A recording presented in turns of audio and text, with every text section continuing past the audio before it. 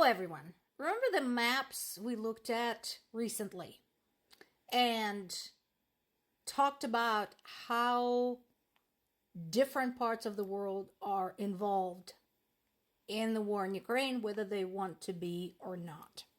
So here's another case in point. Remember, I showed you the map of Europe and showed you where Russian allies Slovakia and Hungary were with respect to other countries. Here we have another example of how precarious the situation is because of the EU members, Hungary is one of those who continues blocking support for Ukraine. And I'm not sure whether Europe has contingency for this, because I'm not sure whether there ever was a major disagreement that was this important, this impactful. So, not sure what the penalties are, for example, to Hungary, and what they may decide to do in order to work around Hungary's objections. Meanwhile, Russia continues murdering Ukrainian civilians. We had 2 people killed in the Mykolaiv region. We had 1 killed and 10 injured in Kharkiv. Fortunately, it sounds like we are going to get some badly needed air defense missiles from Spain.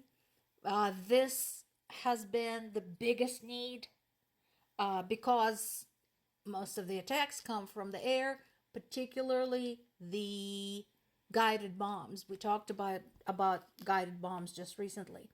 So thank you, Spain. This is going to be very well appreciated and put to good use.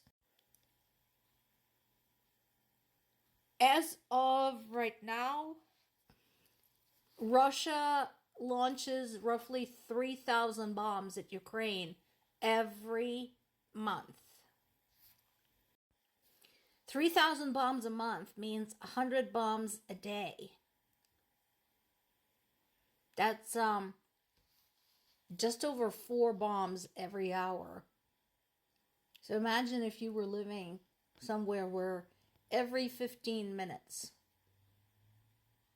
a bomb drops somewhere. And that does not include the missiles and the drones. And once again, not being a fan of Zelensky, I do agree with him when he talks good sense. And in this particular case, he does.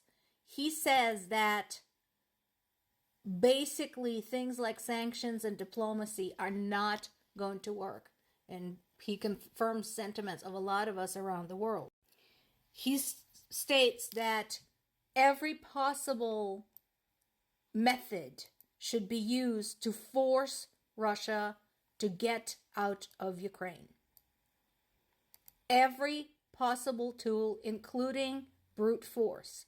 Because, again, Russia is a bully, has been a bully historically for hundreds of years. They're really good at this. They're really good at being an asshole to its neighbors. So, that is the choice we have here. And he actually gave a bigger number, talking about the bombs. He gave 3,200 a month. So whether it's 3,000 or 3,200, it's too many, no matter how many there are. One country should not be bombing its neighbor. It should not be bombing civilians. It should not be kidnapping its neighbor's children. And that is what Russia is doing to Ukraine. So, like I said, when Zelensky is right, he's right.